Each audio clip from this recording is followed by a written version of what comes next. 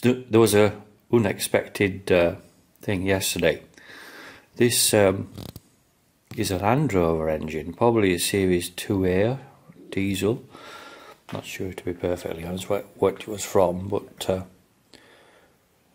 been picked up, kind of sold as seen, and it appeared to be more or less all there, but rusty and dusty. And they decided to take it to bits yesterday, which I wouldn't say it was easy, but it didn't take very long.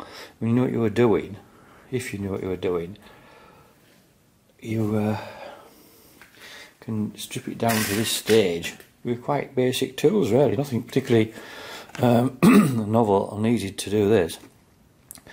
So anyway, to get to the nub of it,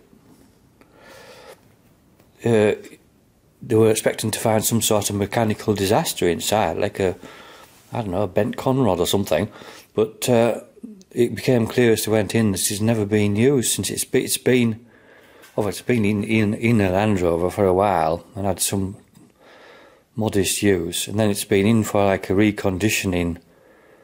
Someone has paid for it to be reconditioned professionally, shall we say, with new gaskets and all sorts. And I don't know quite what they've replaced, but inside it simply hasn't been run since it had been reconditioned. So it's been stored away in a nearby closed down garage in their storage area, put away and forgotten about for like 30 years or something.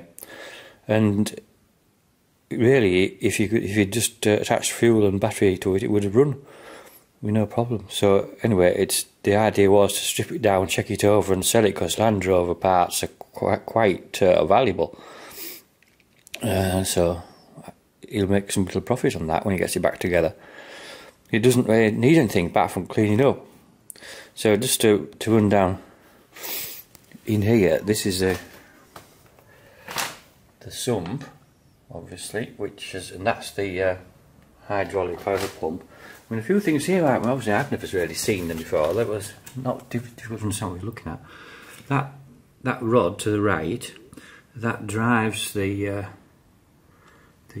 oil pump, which is that thing with a big filter on, and that's it. The filter sits in the bottom of the sump. I mean, sort of all got a vague idea what they do and what it'll look like, but to actually see one in the flesh was quite interesting.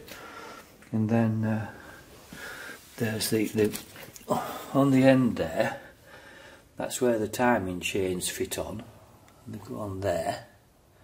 This is probably all basic stuff to anyone with much mechanical knowledge, but again, it wasn't so much that was there, as how it was tensioned, and that was interesting. There's a hydraulic tensioner on that timing chain, which is in another tub somewhere, and that was the only part.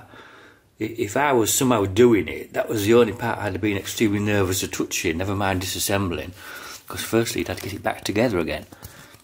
But they knew what they were doing, so they just whipped it off, and they know how to reset it like later on to it's timed more or less correctly, and you have to just fine tune it afterwards. But the crankshaft, obviously, can you see where the oil feeds through to lubricate it?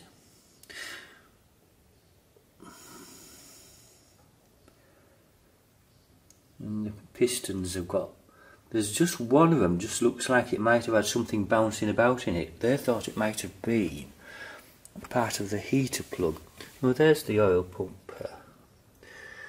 Sorry, the timing chain tensioner is in there. That's that thing. That it's like spring loaded, and that holds the chain tight. What's in this one? Well, that's just some here. Yeah, and then the rocker tops. I mean, we've sort of seen them before, one way or another. So that was quite an interesting thing. What else went on yesterday? They'd started this car, which I've shown before. They're taking the brake drum shoes out, and the reason it's not braking very well is because they're all covered in oil, which has come from the diff under there, which hardly has any oil in it. It's somehow weeped out along this shaft, where that's the drive to it there, look. And sprayed around inside there, so there was hardly any braking effect from the rear. So, but that's still, on a car of this, shall we say, class, there's really no need to change them once if they're cleaned up, and they could still be alright, or at least acceptable. But they're struggling. They wanted to get this hub off, and they can't work out how to get the hub off, because everything is like a bit of a one-off design, shall we say. So, you know, they've seen it all before. They weren't hitting it with big hammers, but you know, they were tapping with their magic hammers here, there, and everywhere, and trying to leave it with a little bar. But yeah, not good really. Anyway, they're a bit stuck at the moment apparently, so we shall see how they get on maybe today. I think they were quite keen on getting on with it now once they've started.